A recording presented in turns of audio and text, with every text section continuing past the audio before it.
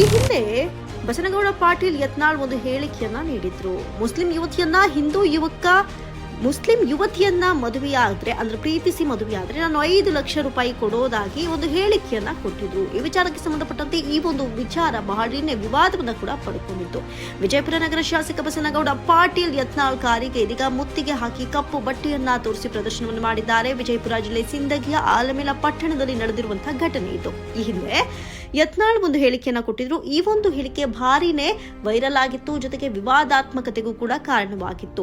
ಇದೀಗ ಕಾರ್ಯಕ್ರಮಕ್ಕೆ ಬಂದಿದ್ದಂತಹ ಯತ್ನಾಳ್ರ ಕಾರನ್ನ ತಡೆದ ಮುಸ್ಲಿಂ ಯುವಕರು ಕಪ್ಪು ಬಟ್ಟೆಯನ್ನ ಪ್ರದರ್ಶನ ಮಾಡಿದ್ದಾರೆ. ಸದ್ಯ 5 ಜನರನ್ನ ಆಲಮೇಲ ಪೊಲೀಸರು ಬಂಧಿಸಿದ್ದಾರೆ.